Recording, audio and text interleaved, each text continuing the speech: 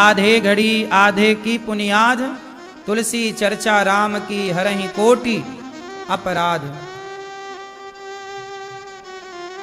थोड़ा ही सही सत्संग अवश्य करना चाहिए। संगति अच्छी हो तो सब अच्छा है। बात समझ में आई कि नहीं?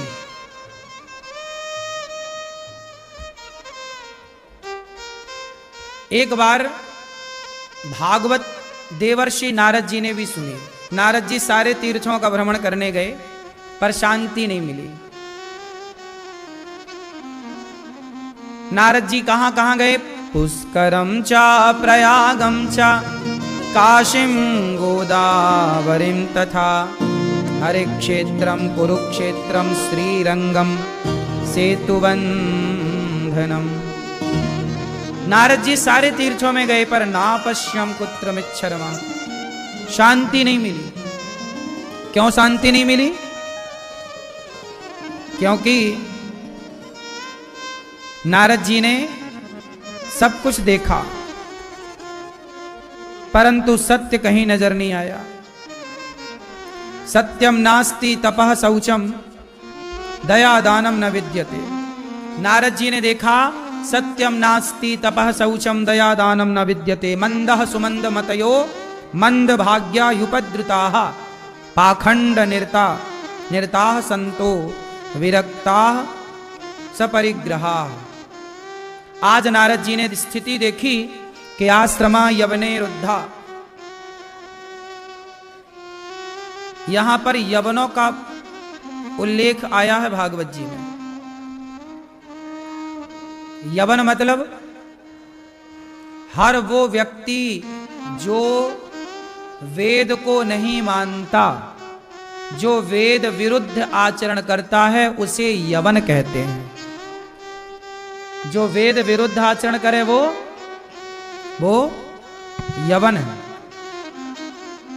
उसे यवन कहते हैं।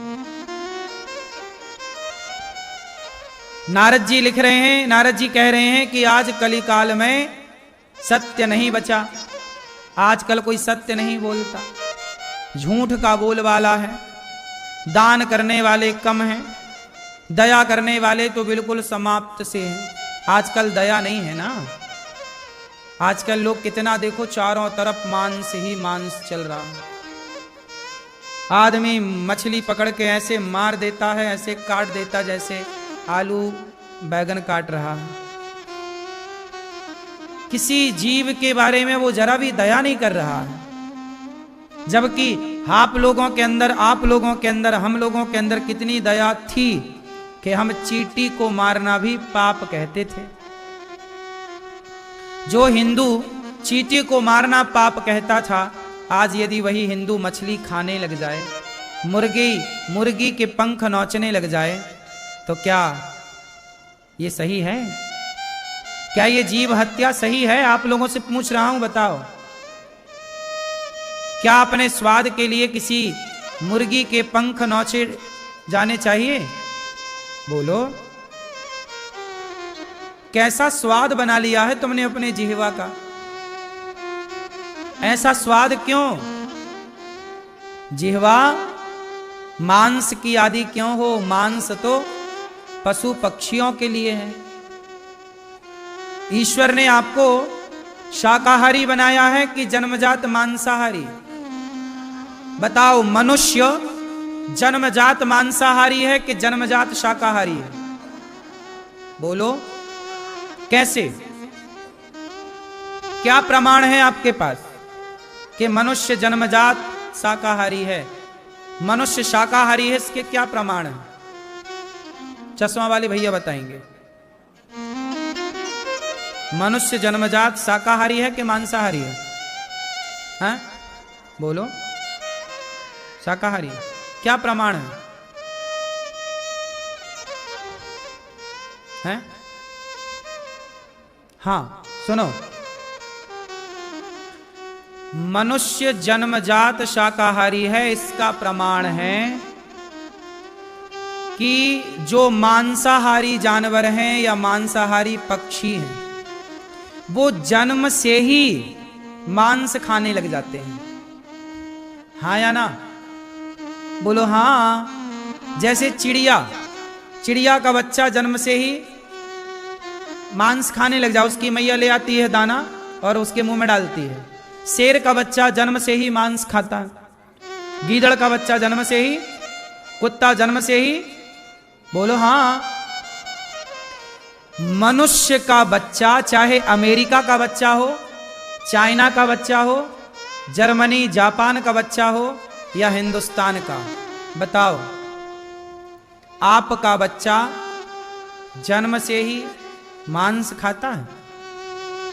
चलो, शेरनी का बच्चा तो दूध पीता है, उसके बाद जब दूध छूटता है तो क्या खाता है शेर का बच्चा?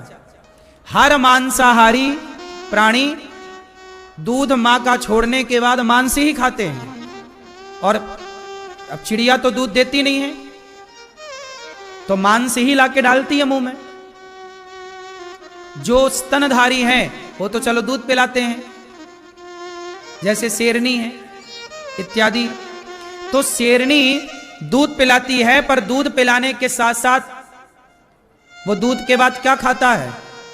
चारा नहीं खाता। शेर का बच्चा खाता है सीधा मांस। जबकि बच्चा आपका, भारत का कोई भी बच्चा हो, हिंदू हो, मुस्लिम हो, सिख हो, ईसाई हो, दुनिया का, मां का दूध पीने के बाद भी कोई डॉक्टर क्या कहता है कि बच्चे को आप मांस खिलाइए। 6 महीने बाद बच्चे को आहार दिया जाता है। मां का दूध संपूर्ण आहार केवल 6 महीने तक है। 6 महीने के बाद बच्चों को क्या खिलाया जाता है? क्या अमेरिका, लंदन में भी 6 महीने के बच्चे को मांस खिलाते हैं? बोलो। वहां भी मां के दूध के बाद खिचड़ी बनाकर ब्रेड देते हैं या और फल इत्यादि और चीज। मांस बच्चा पचा ही नहीं पाएगा 6 महीने का। बात सही है कि गलत है? जबकि शेर का बच्चा मांस पचा लेता है, चिड़िया का बच्चा पचा लेगा, कुत्ते का बच्चा क्योंकि वो जन्मजात मांसाहारी है। लेकिन मनुष्य जन्मजात मांसाहारी, जैसे गाय का बच्चा दूध के बाद चारा खाने लग जाता है, भैंस का बच्चा दूध के बाद, मां का दूध पीने के बाद क्या खाने लग जाता है? साथ साथ चारा। ऐसे बच्चे, मनुष्य के बच्चे 6 महीने तक तो मां का दूध पीते हैं, और दूध पीने के बाद जो उनका आहार है, इसलिए हमारे यहाँ पहला आहार 6 महीने बाद बच्चे का एक संस्कार होता है। पसनी बोलते हैं बच्चे को। 6 महीने के होने के बाद खीर चटाई जाती है। बोलो हाँ। नहीं होती? क्या चटाते हैं बच्चे को? मांस क्यों नहीं चटाते? खीर क्यों चटाते हैं? क्योंकि इस विधा से, इस क्रिया से, इस प्रोसेस से सिद्ध हुआ कि हम जन्मजात शाकाहारी हैं। हम खीर खाने से अपने जीवन की शुरुआत करते हैं। मांस खाने से आपने शुरुआत नहीं की। आपकी मैया ने 6 महीने की उम्र में आपके मांस नहीं चटाया होगा, खीर चटाई होगी। क्यों जी? बात सही है कि गलत है? सही है। इससे सिद्ध हो गया कि आप जन्मजात दूध के बाद किस पर निर्भर हुए? शाकाहार पर, दाल चावल सब्जी रोटी पर। आप मांस खाती हो मैया? आप ये मैया मांस खाती हो? मछली है? नहीं। अंडा? आप मैया आप खाते हो मैया? अंडा, मछली, मुर्गी आप खाते हैं? हैं? ये भैया खाते हो? क्या खाना पसंद करते हो? अंडा? दारू भी पीते हो?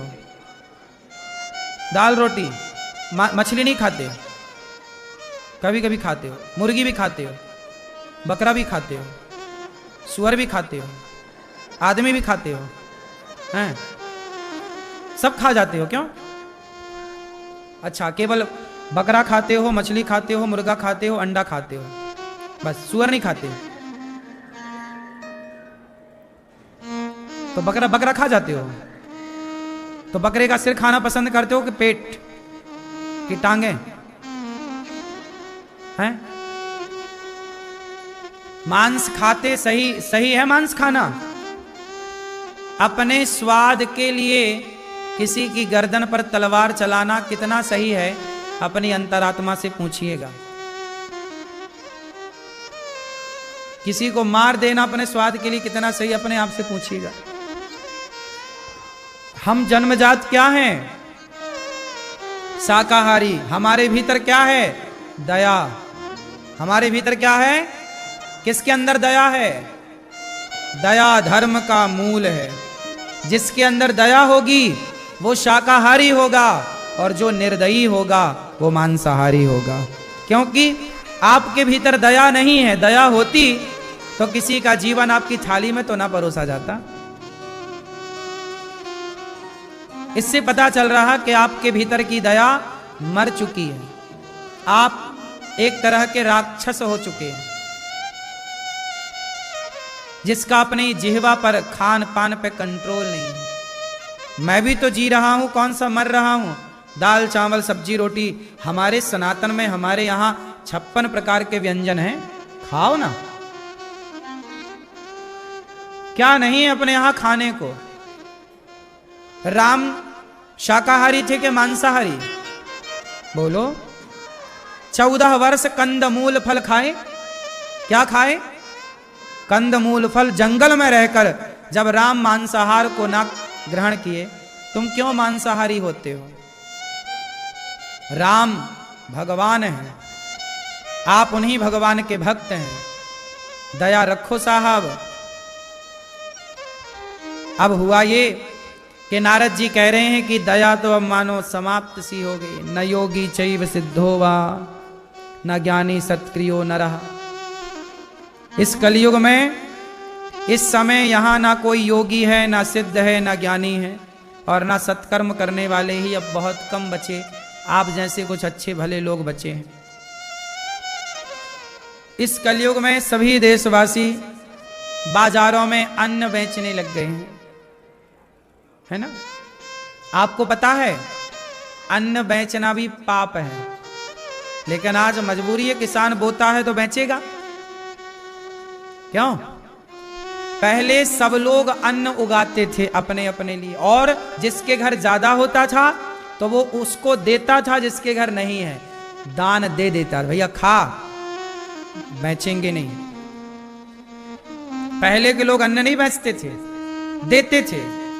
पहले पैसे वाले और जमीन जायदाद वाले अन्न क्षेत्र खुलवाते थे, बड़े बड़े लंगर चलते रहते थे, आओ खा के जाओ, है ना? पहले गाय का दूध बाजारों में बिकता नहीं था। हमारे गांव में ये परंपरा मैंने देखी है। गांव में, हमारे गांव में बहुत लोग ऐसे थे, अब हैं कि नहीं राम जाने। ऐसी विचारधारा तो पुराने लोगों की थी। हमारे गांव में एक चाचा हैं, वो दूध नहीं बेचते थे। बोले चाहिए तो ले जाओ फ्री में, गाय के दूध का विक्रय नहीं होगा। दूध गोरस है, और गोरस तुम्हें चाहिए तो ले लो, पर बेचेंगे क्या गोरस का पैसा लेना। कितनी पवित्र भावनाएं थी लोगों की। पहले लोग कहते थे तुम्हें भूख लगी तो आओ खा लो, पर हम तुम्हें पैसे से, आजकल तो रेस्टोरेंट में होटलों में पैसों में रोटी मिल रही है। भगवान सामर्थ्यवान बनाए तो रोटी फ्री में देने की चीज है, रोटी पैसों में देने की चीज नहीं है। इसलिए गौरी गोपाल में रोटी फ्री में मिलती है। हजारों लोग भोजन करते हैं गौरी गोपाल में, लगभग 30,000 लोग भोजन करते हैं। ये दास अनिरुद्ध किसी से रोटी का पैसा नहीं लेता। भाई रोटी तो सबकी पहली जरूरत है। भैया रोटी तो संसार के व्यक्ति की पहली जरूरत है, तो रोटी तो भैया कम से कम फ्री में मिले। कौन देगा? हर गृहस्थ, हर गृहस्थ। इसलिए तुम्हारे द्वारे जब कोई भूखा पहुंचता था तो तुम उसे भोजन कराते थे। तुम्हारे बाप दादे सबको क्या कराते थे? आओ अतिथि देवो भव। अतिथि से कोई भूख लगी है, हम आपसे भैया रोटी मांगे, बड़ी भूख लगी, आप कहो नहीं जी 100 रुपए दोगे तब भोजन मिलेगा। वाह, इससे बड़ा पाप क्या होगा भाई। आज आप जाओ होटलों में, जाओ बड़े 5 स्टार होटल में, भूख लगी हो, आदमी मर जाए बाहर, क्या मजाल के होटल वाले तुम्हें भरपेट रोटी दे दें। आज पैसे से भैया रोटियां बिक रही हैं, इंसानियत खत्म हो गई। अब इंसानियत कहां है? अब तो लोग रोटी का भी पैसा ले रहे हैं। कभी तुम्हारे बाप दादे जिंदा होके आएंगे ना, तुम्हें 4-4 थप्पड़ मारेंगे, क्यों रे रोटी तुम बेचने लग गए, इतने सफल हो गए, इस युग में आ गए कि तुम रोटी का पैसा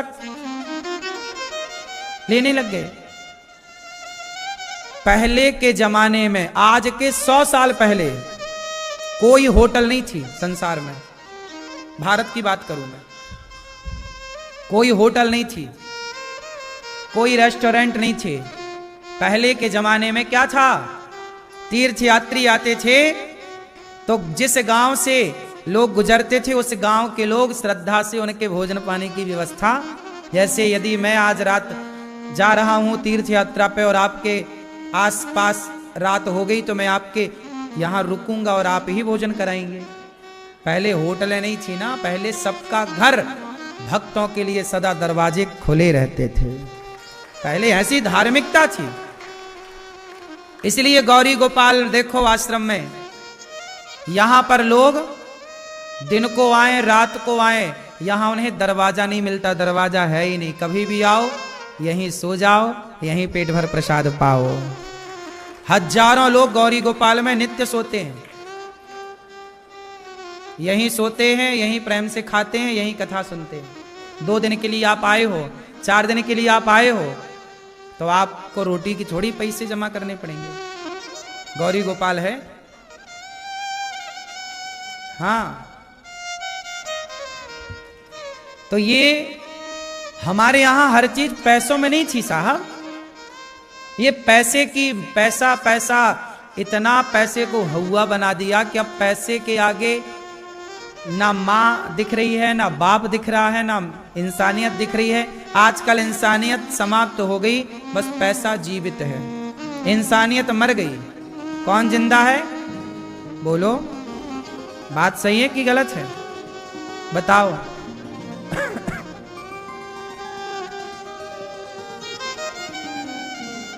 आज छोटे छोटे बच्चों के लिए आप बड़ी बड़ी होटलों में जाके छोटे बच्चे के लिए दूध मांगेंगे ना, तो छोटे बच्चे को पीने के लिए दूध भी पैसे में मिलता है। क्यों जी, ये बात सही है कि गलत है? लेकिन एक टाइम था, अरे बच्चे के लिए दूध है, ये लो हमारे यहां से, बच्चे के लिए दूध है, लो। इंसानियत इंसानों से थी, अब तो इंसान ही नहीं बचे साहब। अब तो केवल इंसानों के रूप में पुतले दिखाई पड़ रहे हैं, जिसके भीतर इंसानियत है ही नहीं। वो इंसानियत का पुतला तो हो सकता है, वो इंसान नहीं हो सकता ना। अब तो इंसानों के पुतले बचे हैं साहब, इंसानियत तो मर चुकी है। हर चीज पैसों में मिल रही है, हर चीज। पानी पैसों में मिल रहा है। क्या मिल रहा है पैसे में? पानी पैसे में मिल रहा है। आज भी रेलवे स्टेशन में कुछ लोग ऐसे होते हैं जो प्याऊ लगाते हैं, कोई भी यात्री आए उनकी बोतल फ्री में पानी से भरते हैं। वो कहते हैं कि हमारे शरीर से जलदान हो जाए, यही अच्छा। गौरी गोपाल में भोजन भी मिलता है, भूखे को भोजन, प्यासे को पानी, यही है गौरी गोपाल की निशानी। यहाँ हजारों लोग पेट भर प्रसाद पाओ, पानी पियो, कोई पानी का शुल्क नहीं। जबकि वृंदावन में पानी भी बड़ा महंगा है। कैसे? क्योंकि यहाँ का पानी है खारा, वृंदावन का पानी है खारा। अब उसे खारे पानी को मीठा करने के लिए एक बहुत बड़ा मशीन लगानी पड़ती है। पूरा जैसे आपके घर में वो नहीं लगता आरओ छोटा सा, वो तो आपका छोटा सा होता है, 1 लीटर का, 2 लीटर का, 5 लीटर का। यहाँ पर 20-20 हजार लीटर का लगाना पड़ता है।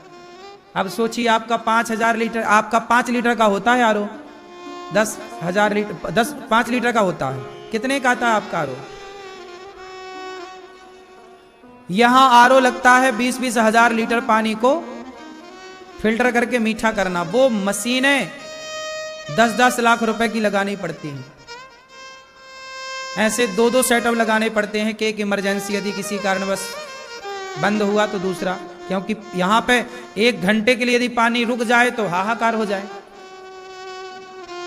24 घंटे प्याऊ चलता है गौरी गोपाल में। ये जलदान है। कौन सा दान है? जीवन में जलदान आप भी करिएगा, अन्नदान आप भी करिएगा। कोशिश करिएगा कि रोटी बेची ना जाए, कोशिश करिएगा कि रोटियों का दान किया जाए। गौरी गोपाल में 1 लाख रोटी रोज बनती है, बढ़ती है लगभग। आप भी 2 रोटी 1 रोटी आप भी अपने नाम की यहां बंटवाएं कि गौरी गोपाल में हमारी भी रोटी बढ़ती रहे, अन्नदान आपका यहां भी होता रहे। नारद जी सारे तीर्थों में भ्रमण करने गए पर शांति नहीं मिली। तब नारद जी वृंदावन आए। यहां देखा एक कन्या उदास, देवी आप कौन हैं? महाराज मेरा नाम भक्ति है। अच्छा, आपका नाम भक्ति है, तो ये बताइए आप क्या चाहती हैं? महाराज मैं बड़ी परेशान हूं, मेरा बेटा बूढ़ा हो गया, मैं जवान हूं। नारद जी बोले कैसे हुआ? बोले कलयुग में भक्ति महारानी के 2 बेटा हैं। भक्ति के कितने बेटा हैं? भक्ति के कितने बेटा हैं? कौन कौन?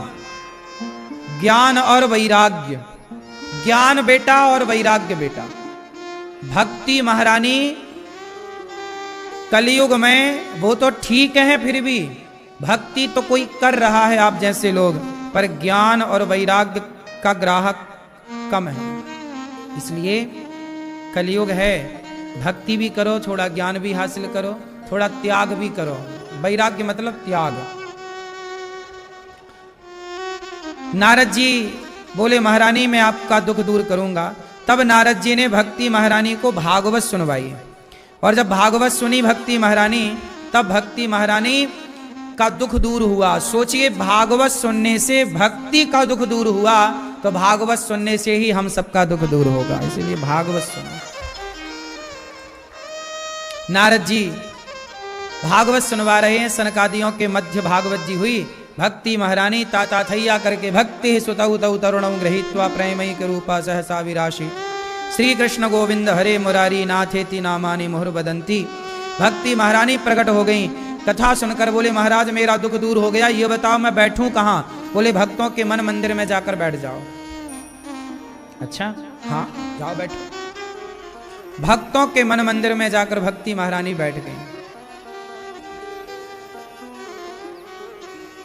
नारद जी ने प्रश्न किया सनकादियों से, महाराज जी ये बताओ, कोई पापी व्यक्ति भागवत सुनकर तर जाए तो आश्चर्य नहीं है, कोई पुण्यात्मा तर जाए तो आश्चर्य नहीं है।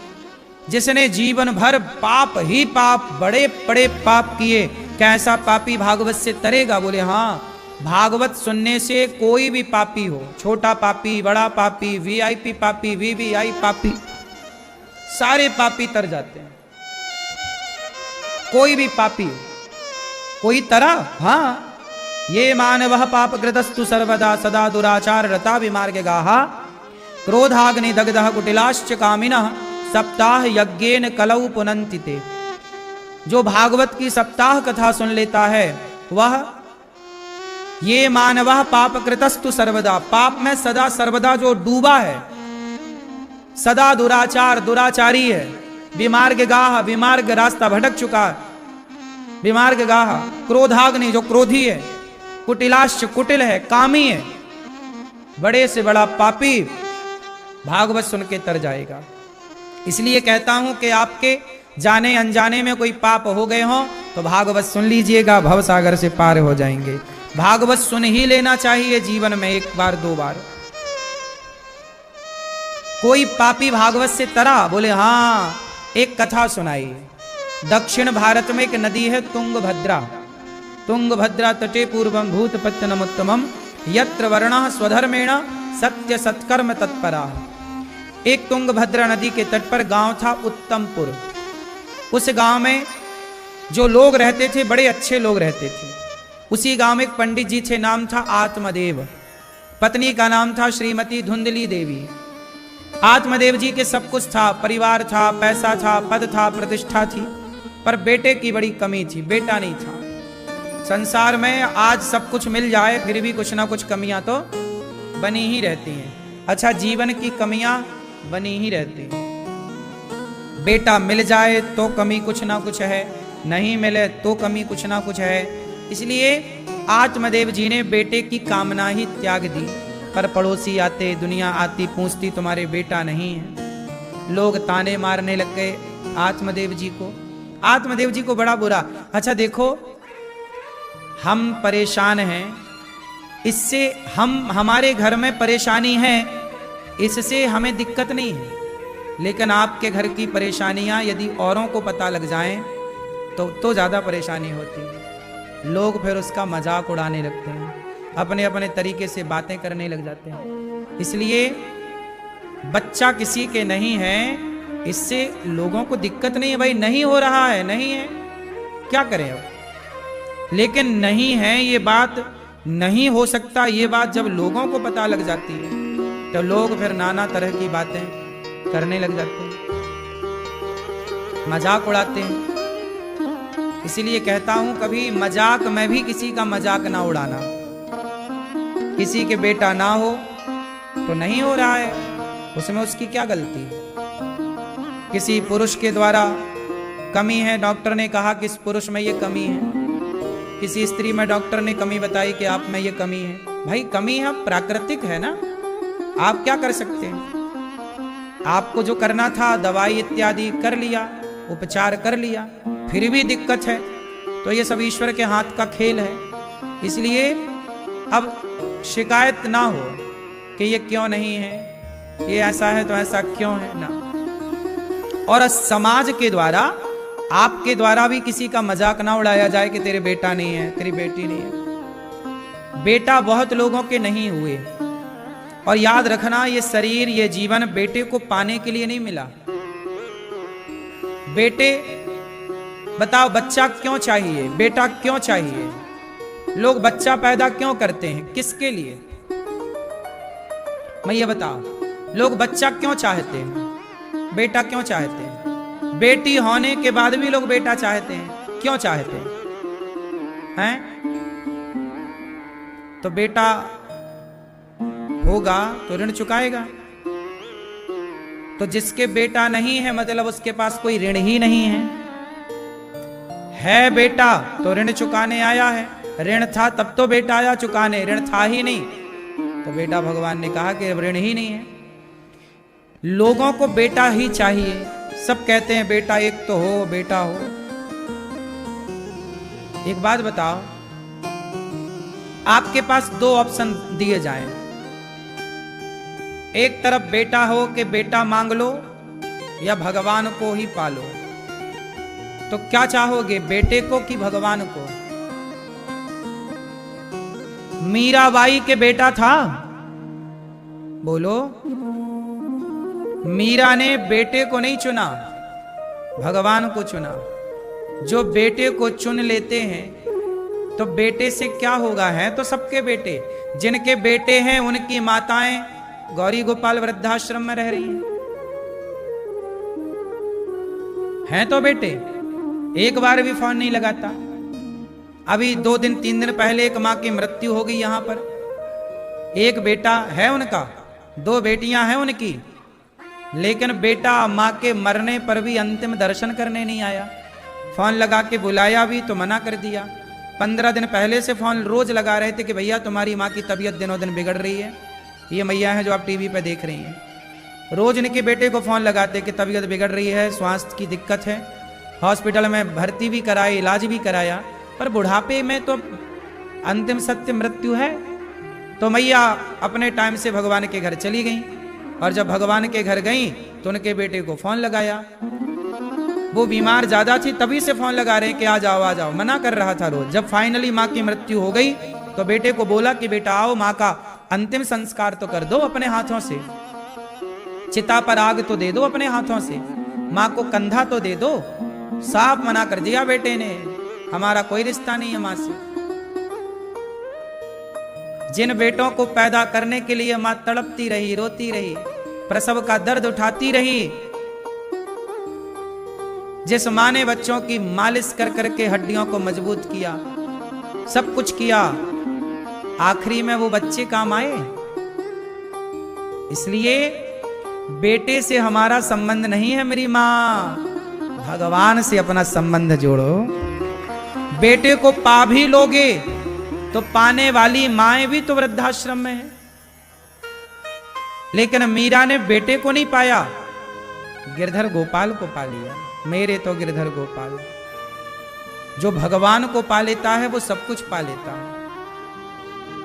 इसलिए बेटों के भरोसे ना रहना मेरी माँ, बेटा नहीं आता। बहुत सारी माएं हैं गौरी गोपाल में जिनके बेटे हैं पर फोन भी नहीं लगाते।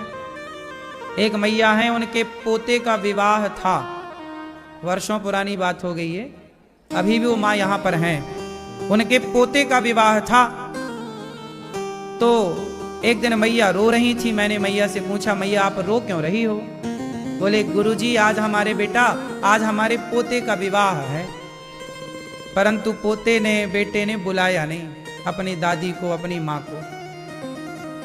सबको बुलाया जाता है ना शादी में, दूर दूर के रिश्तेदारों को भी, लेकिन बेटे ने अपनी माँ को नहीं बुलाया, पोते ने अपनी दादी को नहीं बुलाया। शादी ब्याह हो गई, अब तो पोते का भी बच्चा हो गया होगा, लेकिन ना तो दादी को बच्चे का मुंह दिखाया, ना तो विवाह की मिठाई दी, ना तो माँ दादी का आशीर्वाद लिया। अब बताओ वो माँ यहाँ है, अब उनकी जब मृत्यु होगी तो उनके घर से कोई आएगा? जीते जी तो आए नहीं। अच्छा मरने के बाद चलो आ भी जाएं तो मरने के बाद आकर कौन सा एहसान कर लेंगे? आपके साथ की जरूरत तो तब थी ना जब प्राण थे। जीते जी तो आपने 2 रोटी नहीं दी अपनी मां को, गिलास भर पानी नहीं दिया, तो मरने के बाद आप आ भी जाओगे तो क्या एहसान कर लोगे? चलो कम से कम आ जाओ, अंतिम दर्शन कर लो, यही है कि चलो अंतिम दर्शन का आपको लाभ मिल जाएगा। लेकिन वो भी लड़के नहीं करना चाह रहे हैं आज की औलाद। ऐसी वृद्ध माओं की सेवा ये दास अनिरुद्ध करता है, और केवल उनको रोटी और रहने की व्यवस्था नहीं, जरूरत पड़ने पर माँ को कंधा देने का कार्य भी ये दास अनिरुद्ध करता है। जब उनका बेटा नहीं आया तब उन माँ को कंधा ये दास अनिरुद्ध ने ही दिया। ऐसी माँ को आप सबकी जरूरत है। आप सबकी जरूरत यह है कि यहाँ पर 290 जो वृद्ध माएँ रहती हैं, उन माँओं को यदि यहाँ भोजन मिलता है तो आप सबके सहयोग। गलत आदमी को शक्ति मिल जाए तो वो गलत काम ही करता है। तारकासुर ने पूरे संसार के लोगों को परेशान किया, अच्छे लोगों को परेशान किया। देवता शंकर जी के पास गए और शंकर जी डूबे ध्यान में, आंख खुली नहीं शंकर जी की। ध्यान कई वर्ष बीत गए, आंख ही नहीं खुली शंकर जी की। अब देवता बड़े परेशान। तब देवताओं ने कामदेव को भेजा। किसको भेजा? कामदेव को। और कामदेव ने जाकर भगवान शंकर पर बाण चलाए, पर कामदेव के बाण शंकर जी को प्रभावित ना कर पाए। लाख प्रयास किया देवताओं ने शंकर जी को जगाने का। जगाने कहाँ गए थे शंकर जी? भगवान नारायण के ध्यान में डूबे थे। ध्यान में चले गए शंकर जी, गहरी समाधि लग गई। देवता ने लाख प्रयास किया, शंकर जी की समाधि नहीं खुली। तब कामदेव आए और कामदेव ने शंकर जी पर काम के बाण चलाए, मानो कामदेव अब शंकर जी को जगा रहे। तब शंकर जी पर कामदेव ने आम के पेड़ पर, आम का वृक्ष होता है ना, आम के पेड़ पर चढ़कर शंकर जी पर बाण मारे। और जैसे ही शंकर जी पर बाण लगा कामदेव का, तो शंकर जी क्रोध की ज्वाला में जागे। और जब जागे तो कामदेव को देखा, आम के पेड़ के पीछे छिपकर बैठा था कामदेव। शंकर जी की दृष्टि पड़ते ही तीसरा नेत्र शिव जी का खुला और कामदेव जल करके भस्म हो गया। इसलिए आपने ध्यान दिया होगा, जब आपके घर में कोई पूजा पाठ होता है तो घर में वंदनवार बांधा जाता है। क्या बांधा जाता है? क्या बांधा जाता है? वो पत्ते काय के होते हैं। कलश माताएं उठाती हैं तो कलश में पत्ते काय के होते हैं? आम के। वंदनवार भी आम के पत्ते का बांधा जाता है और कलश में भी पत्ते आम के ही रखे जाते हैं। क्यों? कोई सवाल कर दे कि आम के पत्ते ही कलश में क्यों और वंदनवार में आम का ही प्रयोग क्यों? अशोक का भी प्रयोग होता है पर विशेष आम के पत्ते ही बांधे जाते हैं। तो आम के पत्ते क्यों?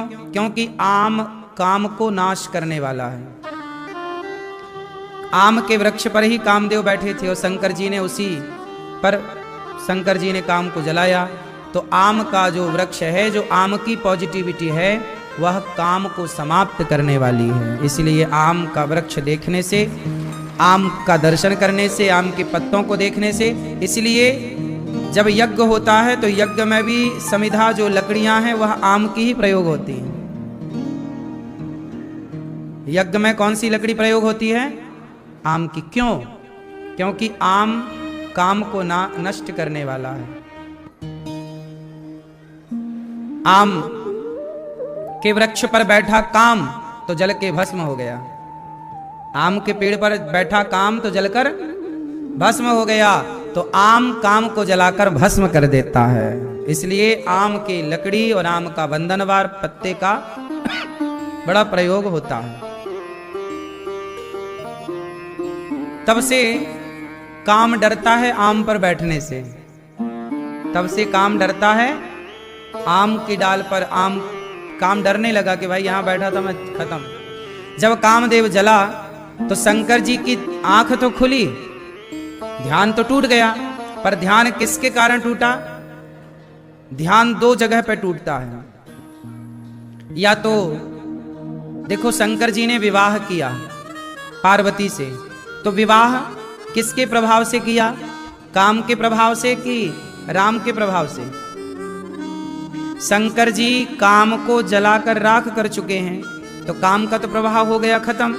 शंकर जी ने विवाह तो किया है, लेकिन पहले किसको जलाया? काम को जलाया। मानो शंकर जी कहते हैं कि गृहस्थ आश्रम में प्रवेश करो तो काम वासना की पूर्ति के लिए नहीं, राम की उपासना के लिए विवाह करो। काम को जलाकर विवाह करो। पहले शंकर जी ने काम को जलाया, फिर विवाह किया। काम के प्रभाव से नहीं, राम के प्रभाव से। क्योंकि पत्नी सहयोगी है। अभी एक हैं, एक से भले दो, तो दो होंगे तो दोनों एक दूसरे को रोज भगवान का गुणगान सुनाएंगे। इसी बहाने दोनों के मुख से भगवान की कथा निकलेगी, दोनों भगवत चिंतन करेंगे। इसी तरह गृहस्थाश्रम होता है कि हम दिन भर पत्नी को भगवान के बारे में बताएं, पत्नी भगवान की चर्चा करे। इन्हीं अच्छी बातों में, अच्छी चर्चा में दिन रात बीते। इसलिए विवाह होता है एक से भले दो। तो विवाह शंकर जी के पास जब कामदेव आए, जला करके शंकर जी ने भस्म किया, तब कामदेव की पत्नी रति आ गई, रोती हुई, हे शंकर जी, आपने हमारे पति को जलाकर भस्म कर दिया, अब हम कहाँ जाएं? तब शंकर जी ने कहा कि अभी तक तुम्हारे पति शरीर से थे, अब बिना शरीर के प्रभावशाली रहेंगे। इन्हें द्वापर में कृष्ण का पुत्र बनने का सौभाग्य मिलेगा, तब तुम्हारा इनसे पुनः विवाह संपन्न होगा। जिन कामदेव को शंकर जी ने जलाया, वही कामदेव द्वापर में श्री कृष्ण के पुत्र बनकर प्रद्युम्न बनकर के प्रकट हुए और रति से विवाह किया था। तो शंकर जी ने जिन कामदेव को जलाया, वही बाद में प्रद्युम्न कहलाए, भगवान कृष्ण के बड़े पुत्र। रति उनकी पत्नी, उनसे विवाह हुआ। अब शंकर जी का ध्यान हो गया भंग। तब भगवान विष्णु प्रकट भये, शंकर जी से कहा, शंकर जी आप विवाह कर लो। देखो, शंकर जी विवाह कर लें, ये बात कौन कह रहा है? भगवान श्रीमन नारायण। हे भोलेनाथ आप विवाह कर लो। क्यों? क्यों कर लें? हमारी आज्ञा है। अच्छा, सती दक्ष के यज्ञ में जलकर भस्म हो चुकी थी, तो सती बन गई पार्वती, और हिमालय की बेटी बनकर पार्वती ने छोटी सी उम्र में जंगल जाकर के तपस्या करनी शुरू कर दी। और माता पार्वती ने 10,000 वर्षों तक बिल्व पत्र खाकर, कौन सा पत्र खाकर? बिल्व पत्र खाकर जंगल में तपस्या की। और जब सप्तऋषि गए तो सप्तऋषि ने कहा पार्वती जी से कि आप किनसे विवाह करना चाहती हैं? माता ने कहा, जन्म कोटि लगी रगर हमारी, बरऊं शंभु न तरहु कुमारी। मैं शिव से विवाह करना चाहती हूँ। सप्तऋषियों ने कहा कि देवी, शंकर जी से विवाह ना करो, वो तो मृगछाला पहनते हैं, भस्मी रमाते हैं, उनका पहनने का भी कोई ठिकाना नहीं, रहने का ठिकाना नहीं, बहुत अच्छा नहीं है उनका जीवन। आप भगवान विष्णु से विवाह कर लो, आप कहो तो मैं आपकी बात विष्णु जी से कराऊं और उनसे विवाह कर लो, क्योंकि वो बहुत सुंदर है। तो माता पार्वती ने मना कर दिया, हे ऋषि, माना कि भगवान विष्णु में लाख गुण हैं, माना कि शंकर जी अवगुण की खान है, फिर भी महादेव अवगुण भवन, विष्णु सकल गुण खान। महादेव अवगुण भवन, विष्णु सकल गुण धाम। जेहि कर मनोरम जाहि सन, तेहि तेहि सन काम। पार्वती मैया ने बढ़िया बात कही कि माना कि भगवान विष्णु में लाख गुण हैं, शंकर जी में अवगुण हैं, फिर भी मैं विवाह करूंगी तो शंकर जी से करूंगी। अच्छा, सप्तऋषि तो परीक्षा ले रहे थे ना उनके मन की कि आप कहीं विचलित तो नहीं हो जाएंगी। तब पार्वती मैया विचलित नहीं हुई। तब भगवान शंकर को सप्तऋषियों ने मैसेज दिया कि आप उन्हें स्वीकार करिए, वो आपके सिवा किसी को पति रूप में नहीं चाहती। जब माता पार्वती ने 10,000 वर्षों तक बिल्व पत्र खाकर तप की, तब शंकर जी प्रकट भये और शंकर जी ने उन्हें स्वीकारा और कहा कि देवी, आपने बिल्व पत्र खाकर मेरी आराधना की, आज से मैं बिल्व पत्र को स्वीकारूंगा। तब से भगवान शंकर को बिल्व पत्र चढ़ने लगी। बिल्व पत्र बहुत प्रिय है, क्योंकि माता पार्वती ने इसे खाकर, पत्ते खाकर 10,000 वर्ष गुजारे थे, इसलिए शंकर जी को बिल्व पत्र चढ़ती है। अब शंकर जी के विवाह की तैयारियां शुरू हुई। तारीख निश्चित हुई आज की, मतलब शिवरात्रि की। यह जब तारीख निश्चित हुई तो शंकर जी का श्रृंगार होने लग गया। शिवहि शंभुगन करहि श्रृंगारा, जटा मुकुट अहि मोर सवारा। शंकर जी का श्रृंगार हुआ। कैसा श्रृंगार हुआ? जटाओं का मुकुट बनाया गया, जूड़ा बनाया गया, बालों को ऐसे मिला के एक जूड़ा बनाया और उसमें एक छोटा वाला सांप बिठा दिया, सांप से बांध दिया, क्योंकि गैटिस वैटिस आप लोग आज प्रयोग करते हैं ना। अब शंकर जी कहाँ गैटिस ढूंढे, तो सांप कोई गांठ मार के बिठा दिया, तुम बैठो यहां। कुंडल कंकन पहिरे ब्याला, है ना। शंकर जी सांपों के ही कुंडल और कंकण, सांप यहां बिठाए हैं, सांप गले में लटकाए हैं। बिच्छू आ गई, बिच्छी, हे भोलेनाथ, सांप को आपने श्रृंगार स्वीकार किया, हमारे पास भी थोड़ा जहर है, हमें भी स्वीकार कर लो। शंकर जी बोले, आ जाओ, हमारे कान में लटक जाओ। तो एक डंक मारा, कान भी छिद गया और लटक गई बिच्छी, बढ़िया बाला बन गई, है ना। तो कानों में बिच्छी, सिर पर सांप, गले पे सांप। अब शंकर जी जब दुल्हा बने तो लोग बोले, आओ श्रृंगार करें, पाउडर वाउडर लगाएं। शंकर जी भभूति रमा रहे हैं, भभूति लगा रहे। अरे बोले, दुल्हा में ये भभूति क्यों? शंकर जी बोले, नहीं नहीं, हमें भभूति ही रमाने दो, पाउडर तो छूट जाएगा, ये भभूति बढ़िया है, सबको याद रहेगा कि भाई हमें भी एक दिन राख हो जाना है। अब शंकर जी चले तो बाराती कैसे हैं? को मुखहीन। शंकर जी की बारात कैसी है? भूत प्रेत डाकनी पिशाचनी चुड़ैल उड़ैल सब आई, सब शंकर जी के विवाह में सम्मिलित भाई। को मुख ही, किसी का मुख ही नहीं है तो किसी का मुख है तो धड़ ही नहीं, ऐसे शंकर जी की बारात चली। शंकर जी की बारात काय में चली? नंदी पर बैठे। नंदी पर कैसे बैठे शंकर जी? सीधे के उल्टा। शंकर जी उल्टे बैठे। कैसे? शंकर जी नंदी की पूंछ की तरफ मुंह कर लिया। क्यों? क्योंकि आगे मुंह करके बैठेंगे तो पीछे नाच कौन रहा पता कैसे चलेगा, इसलिए शंकर जी उल्टा बैठे कि हमारे ब्याह में कौन कौन नाच रहा हम देखेंगे मस्त। और भूत प्रेत सब नाच रहे हैं, खूब बढ़िया भूत प्रेत ऐसे उछल उछल रहे हैं, नाच रहे हैं। सारे दुनिया के जितने शमशान हैं सभी शमशानों में निमंत्रण गया है और सभी शमशान के भूत प्रेत गए, है ना। आप के यहाँ के शमशान से भी गए होंगे, हाँ तो जम्मू के शमशान से भी तो गए होंगे भूत प्रेत। सब शमशानों से भूत प्रेत गए, खूब बारात लंबी चौड़ी। यहाँ पार्वती की माता जी आरती लिए खड़ी हैं कि दुल्हा आएंगे, बढ़िया स्वागत करेंगे। गांव के बच्चे सब लोग बारातियों का इंतजार करते हैं ना, कैसा दुल्हा होगा भाई, सबकी उत्सुकता होती है, देखेंगे। जैसे ही बारात आई तो सबसे आगे ब्रह्मा जी थे। ब्रह्मा जी भी आए, पर ब्रह्मा जी की टीम अलग थी। ब्रह्मा जी बोले ये भूत प्रेतों के संग हम ना चल पाएंगे, तो ब्रह्मा जी अलग चले। पार्वती मैया की माता को लगा अच्छा ये दुल्हा है, उन्हें को लगा ये ब्रह्मा ही दुल्हा है।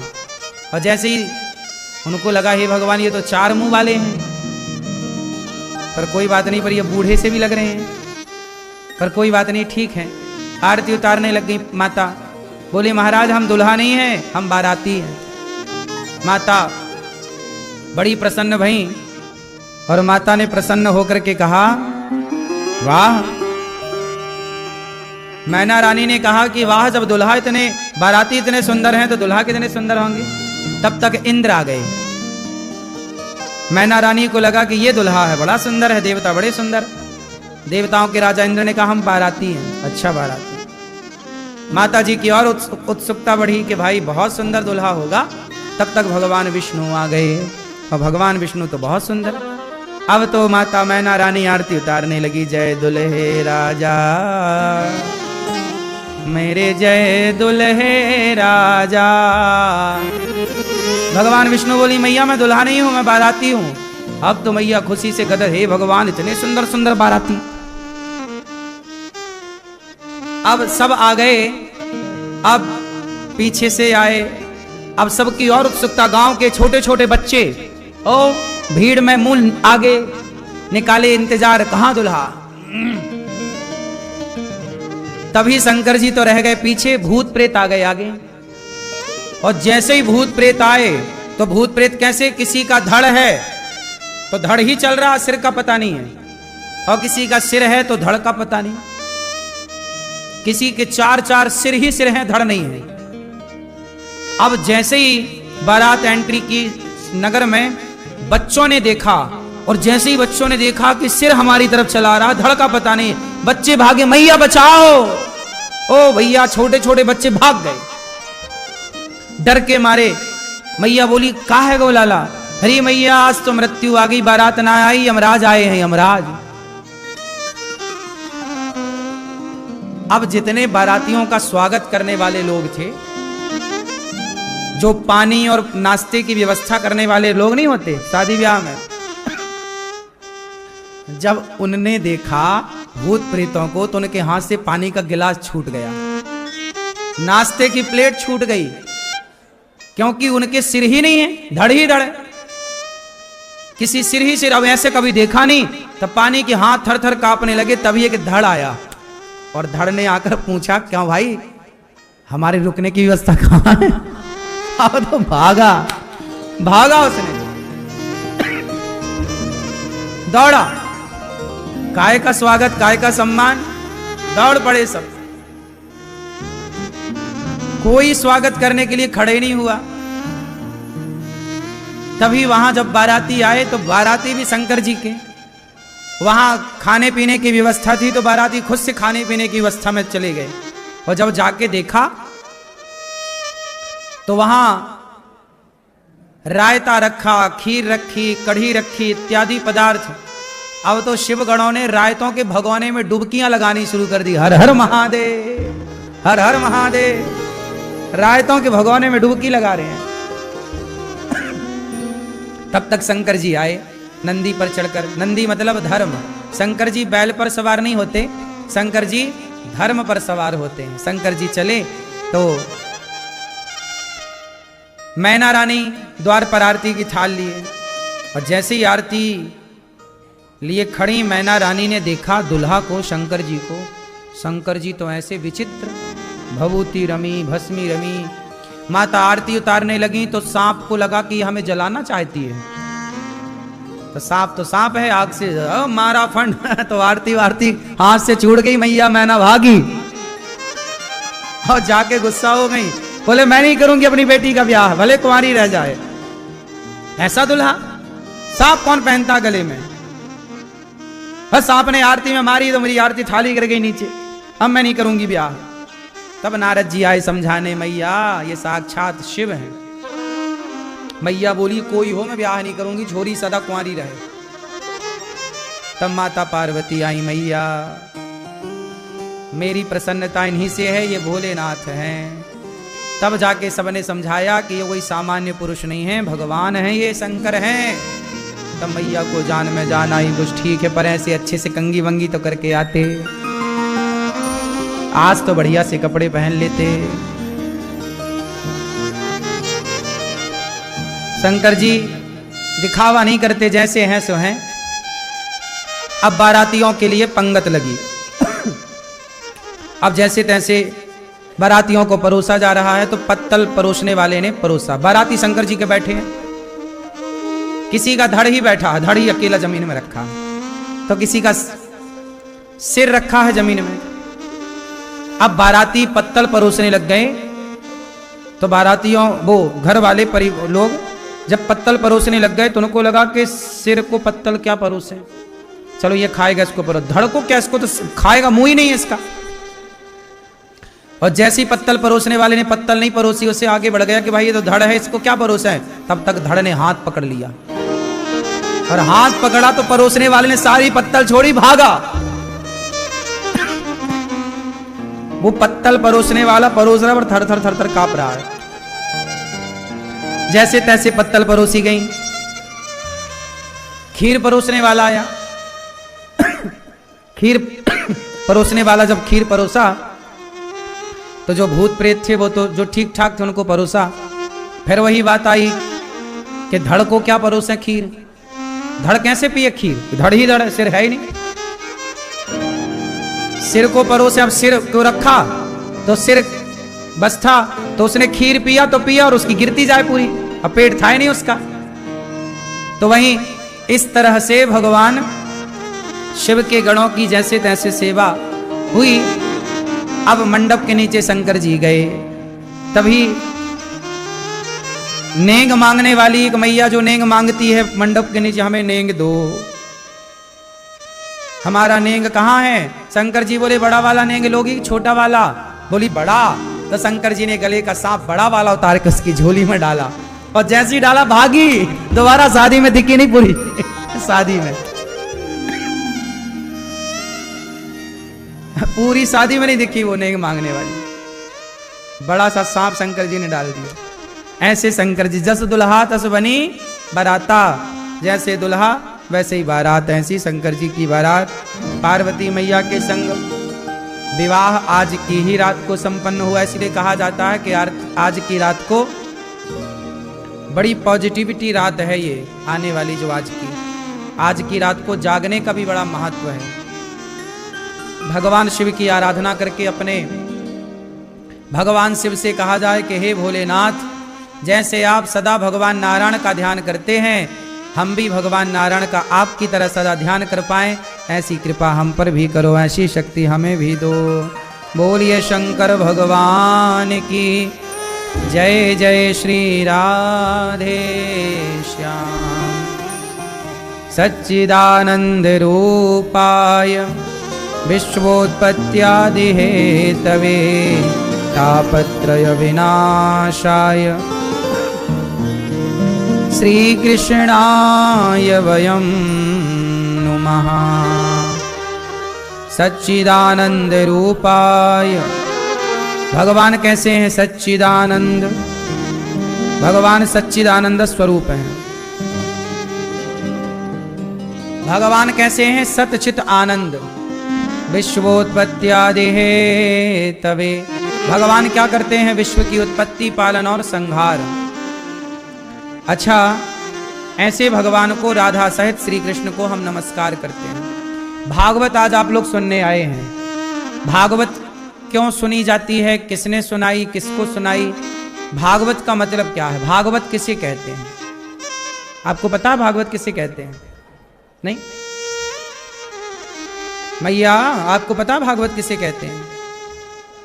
भगवतः आगतम भागवतम, जो भगवान से प्राप्त हुई हो, जो ज्ञान भगवान से प्राप्त हुआ है, भगवान से प्राप्त ज्ञान को भागवत कहते हैं। जिसमें भक्त और भगवान की कथा हो, उसे भागवत कहते हैं। भा मतलब भाग, जिसके सुनने से भाग्य उदय हो जाए, भाग्य खुल जाए, वो भागवत है। भाग व त, भा से भाग्य खुल जाए, गा से ज्ञान बढ़ जाए, वा से बल बुद्धि बढ़ जाए, और ता से तकदीर बदल जाए। जो तकदीर बदल दे, भाग्य जगा दे, बल बढ़ा दे, ज्ञान बढ़ा दे, उसे भागवत कहते हैं। जिसका भली भांति सभी लोकों में प्रचार है, उसे भागवत जी कहते हैं। भागवत सबसे पहले भगवान नारायण ने सुनाई ब्रह्मा जी को, ब्रह्मा जी ने सुनाई नारद जी को, नारद जी ने सुनाई वेद व्यास जी को, वेद व्यास जी ने सुनाई सुखदेव भगवान को, और सुखदेव जी ने सुनाई राजा परीक्षित को। भागवत जो सुनता है वह कभी डिप्रेशन में नहीं जाता, वह कभी तनाव में नहीं रहता, वह सदा सुखी और स्वस्थ रहता है। भागवत हम सबको जरूर सुननी चाहिए। भागवत में भगवान के स्वरूप का वर्णन है। कैसे हैं भगवान? सच्चिदानंद रूपाय। भगवान कैसे हैं? सच्चिदानंद। कैसे हैं भगवान भैया? भगवान कैसे हैं? सच्चिदानंद। सत चित आनंद को सच्चिदानंद कहते हैं। सत्य क्यों मैया? सत्य क्या है? आप बताओ भैया, सत्य क्या है? सत्य किसे कहते हैं? सत्य किसे कहते हैं? मैया बताएंगे, हमारी चश्मा वाली मैया। मैया आप बताओ, सत्य किसे कहते हैं? पीली मैया, सत्य किसे कहते हैं? मैया सत्य किसे कहते हैं बताओ आप, पीली मैया? हैं सबको? सत्य किसे कहते हैं? मैया सो रही हैं लाल वाली? मैया राम राम, नींद आए तो बताइयो, लोरी सुनाएंगे। सत्य किसे कहते हैं? भगवान को। संसार को क्या कहते हैं? सत्य के झूठ। संसार सच्चा है कि झूठा है? बोलो, संसार कैसा है? संसार झूठा है। कैसे झूठा है? सिद्ध करो। संसार झूठा है कैसे? कैसे? क्योंकि संसार में परिवर्तन है। संसार में क्या है? जोर से। और जहां परिवर्तन है, जहां बदलाव है, वो झूठ है। सच में कभी बदलाव नहीं होता। आपके शरीर में परिवर्तन है कि नहीं? लड़कपन, जवानी और बुढ़ापे का परिवर्तन तो है। आप बदल रहे हैं। आपका गांव बदल रहा है, आपका शहर बदल रहा है, दुनिया बदल रही है। जो बदल जाए वो झूठा है, जो ना बदले वो सच्चा है। ना बदलने वाले हैं भगवान, बदलने वाला है संसार। इसलिए सब कुछ मिथ्या ही है। सच्चा कौन? केवल भगवान। ईश्वर सत्य है, सत्य ही शिव है, शिव ही सुंदर है। सत्यम शिवम, सत्यम शिवम। ईश्वर सत्य है, सत्य ही शिव है, शिव ही सुंदर है। सत्यम शिवम सुंदरम, ओ सत्यम शिवम सुंदरम। ईश्वर सत्य, भगवान ही सत्य है। उमा कहाँ हूँ मैं, उमा कहाँ हूँ मैं, अनुभव अपना, सत हरि भजन जगत सब सपना। सब कुछ जो देख रहे हैं। अच्छा, एक छोटी सी बात सुनाता हूं, आपसे अभी पूछूंगा, ध्यान से कहानी सुन लो फिर उत्तर देना। एक राजा है, नाम है जनक। राजा जनक कहते हैं कि मैंने एक सपना देखा। राजा जनक ने एक सपना देखा। राजा जनक बहुत बड़े राजा हैं, उनके महल सोने के हैं, उनके पास थालियां सोने की हैं, सिंहासन सोने का है, रथ सोने का है, बड़े बड़े हीरा मोती उनके पास, कोई कमी नहीं। ऐसे राजा ने एक दिन सपना देखा कि स्वप्न में वह बहुत भूखे हैं। सपना देखा, सपने में देखा कि वो बहुत गरीब हैं और आज भूख लगी है, खाने को रोटी नहीं मिली तो वो भीख मांगने निकल गए। भैया बड़ी भूख लगी है। कहीं भोजन बट रहा था तो उन्हें भोजन देने वाले ने कहा भैया मैं भोजन तो दूंगा पर तेरे पास बर्तन नहीं है। तो बोले बर्तन नहीं है, भोजन कैसे दें, जाओ बर्तन लेके आओ। तो ये बर्तन लेने के लिए पास में एक कुम्हार की दुकान थी।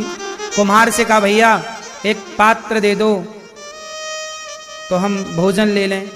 तो कुम्हार ने कहा कि भैया पात्र तो दूंगा, पैसे दो। तो इनके पास मिट्टी के बर्तन खरीदने के पैसे नहीं। तो कुम्हार ने कहा चलो यहां से।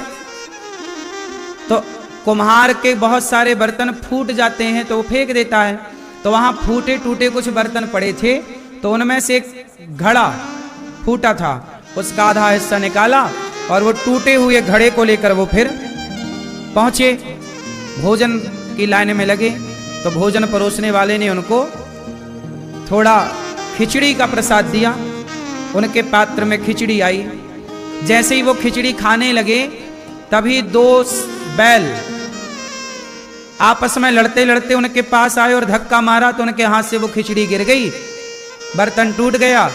तभी कुत्ता आया और कुत्ता वो खिचड़ी चाटने लग गया और ये रोने लगे कि वाह मैं इतना भूखा हूं और आज खिचड़ी मिली वो भी नसीब नहीं हुई।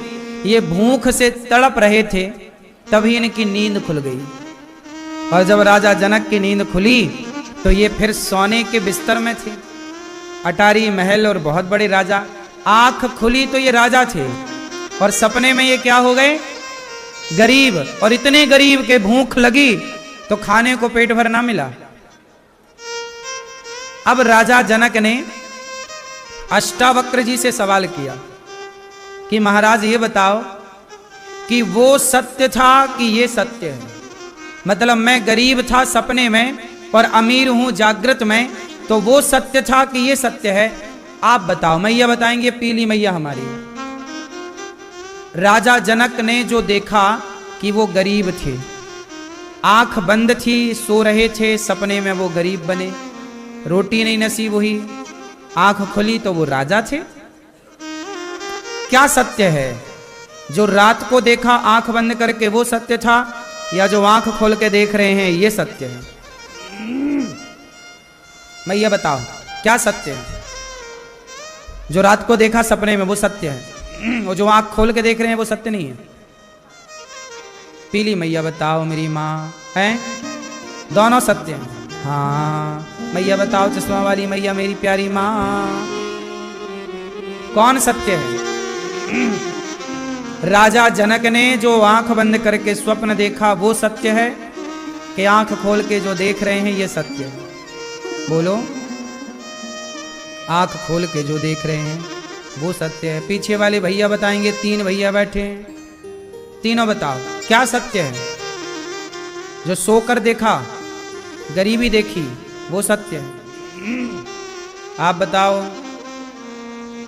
जो आंख खोल के देखा वो सत्य? मैया क्या बोलती तू,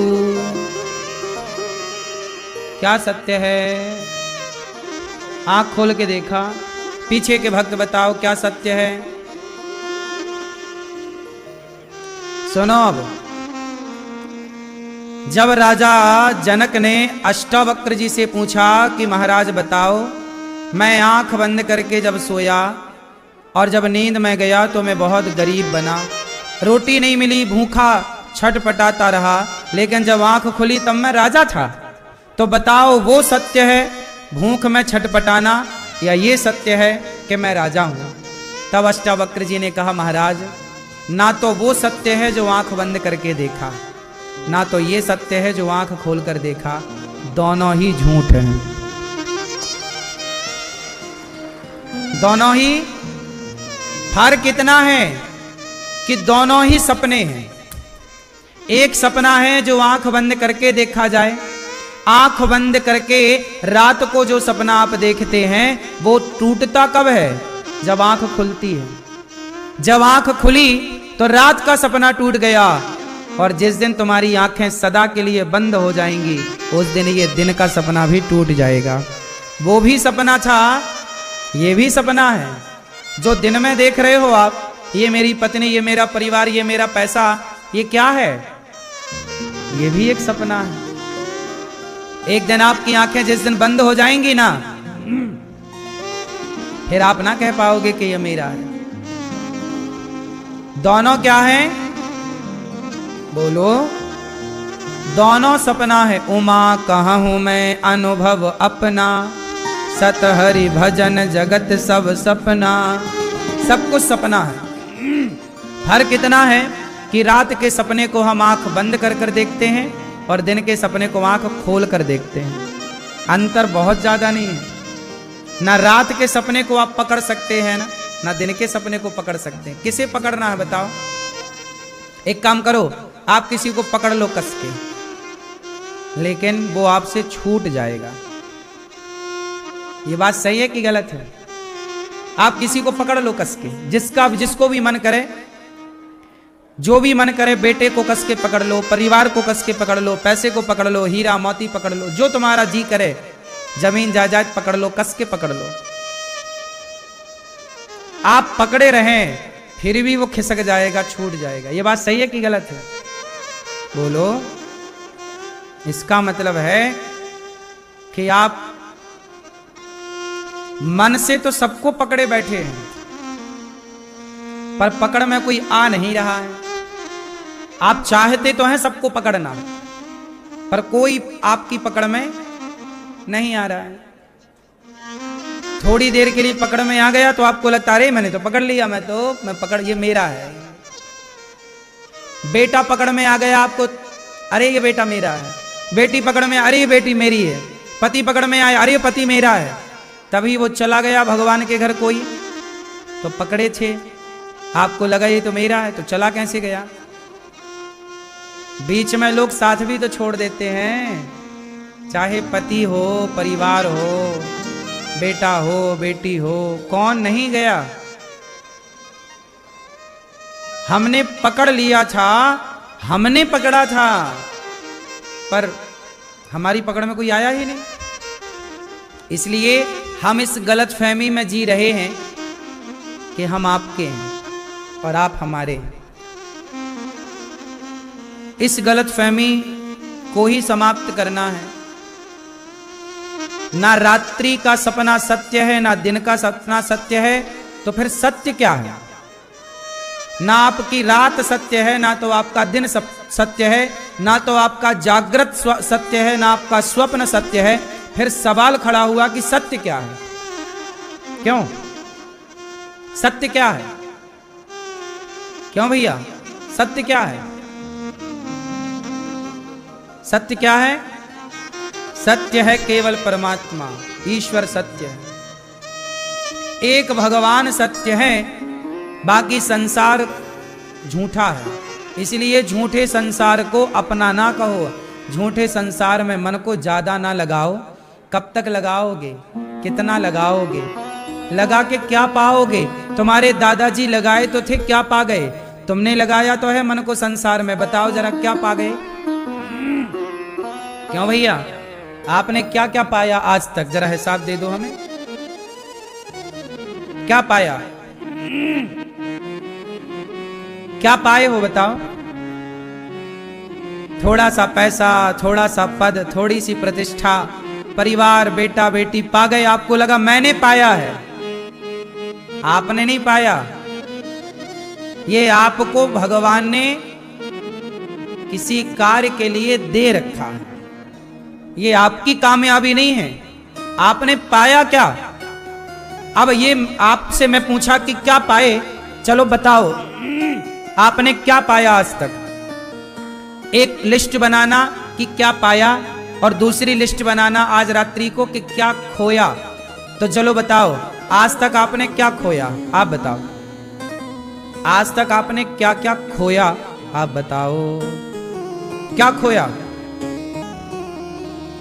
कुछ नहीं खोया? आप बताओ बगल वाली बहन, आपने क्या खोया? ये सफेद दुपट्टा वाली बहन, क्या खोया आपने? मैया आपने क्या खोया?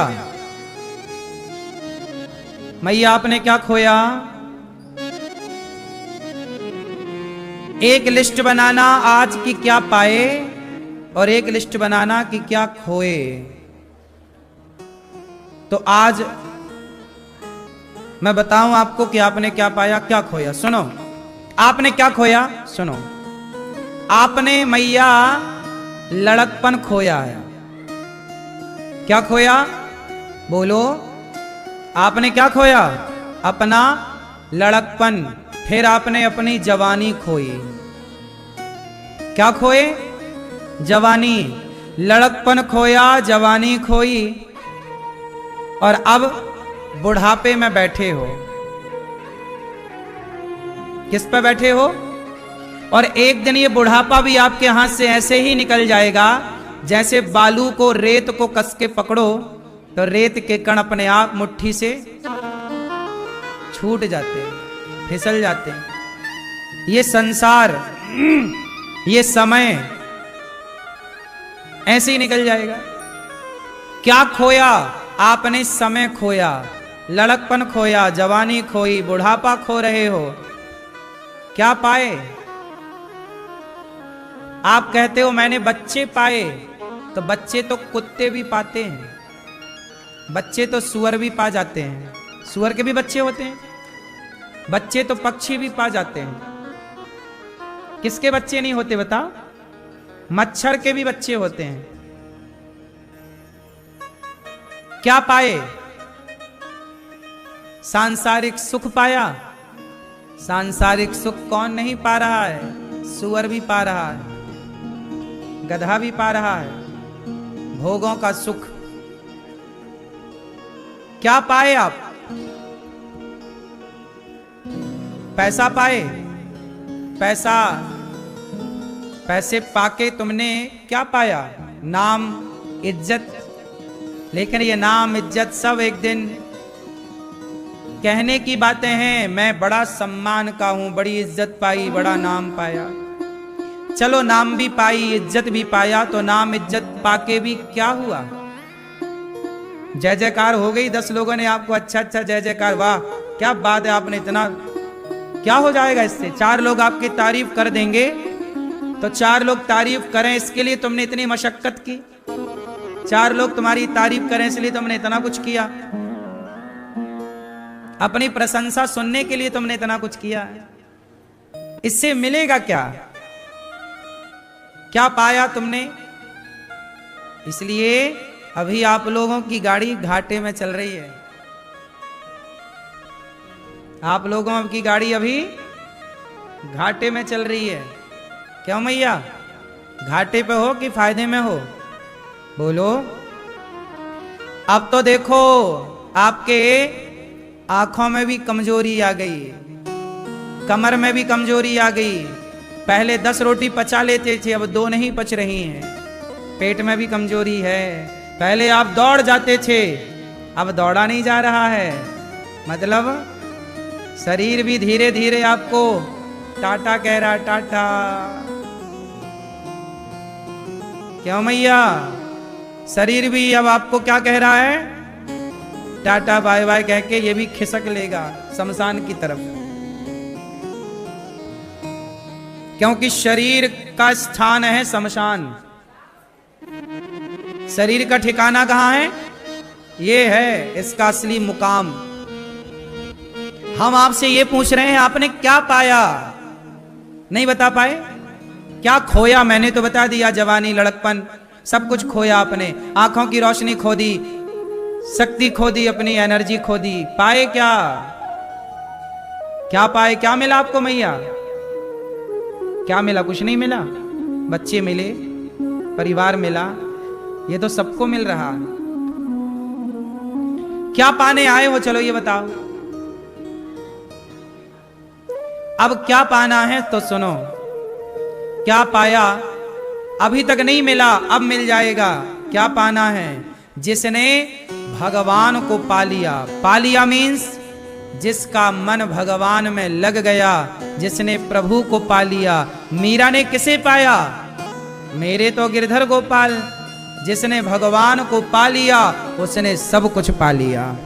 आना सफल, जाना सफल, जीना सफल, मरना सफल। पा लिया जिसे पाने आए थे। वरना संसार की शोहरत, दौलत, नाम, प्रतिष्ठा पाए तो पाकर भी क्या मिला बताओ?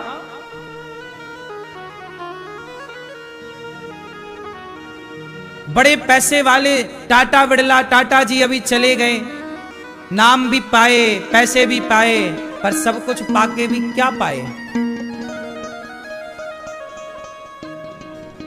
मीरा ने पा लिया। पायो जी मैंने, पायो जी मैंने राम रतन धन पायो। पायो जी मैंने पा लिया। किसने? मीराबाई ने। मीरा ने किसे पाया? परमात्मा को पाया, कृष्ण को पाया। जो भगवान को पा जाते हैं वो सब कुछ पा जाते हैं। आपकी इस यात्रा में एक भगवान मिल गए तो सब मिल गए, और वो नहीं मिले तो सब मिले तो सबका करोगे क्या? ऑलरेडी पा लिया आप लोगों ने सब, पर क्या कर रहे हैं उसका? आपके कितने बार जन्म हो चुके हैं, जरा मुझे बताओ मेरी मां। कितनी बार आप संसार में आ चुके हैं? करोड़ों बार। करोड़ों बार मैया आप आ चुकी हो, और करोड़ों बार किसी की मां बन चुकी हो। करोड़ों बार तुम किसी के बाप बन चुके हो। करोड़ों बार तुम्हारा धरती पे आना जाना हुआ, और उसी क्रम में ये भी एक मौका है। आपने क्या पाया? मनुष्य का शरीर पाया। इस शरीर को पा करके उसे पालो। सुनो, एक छोटी सी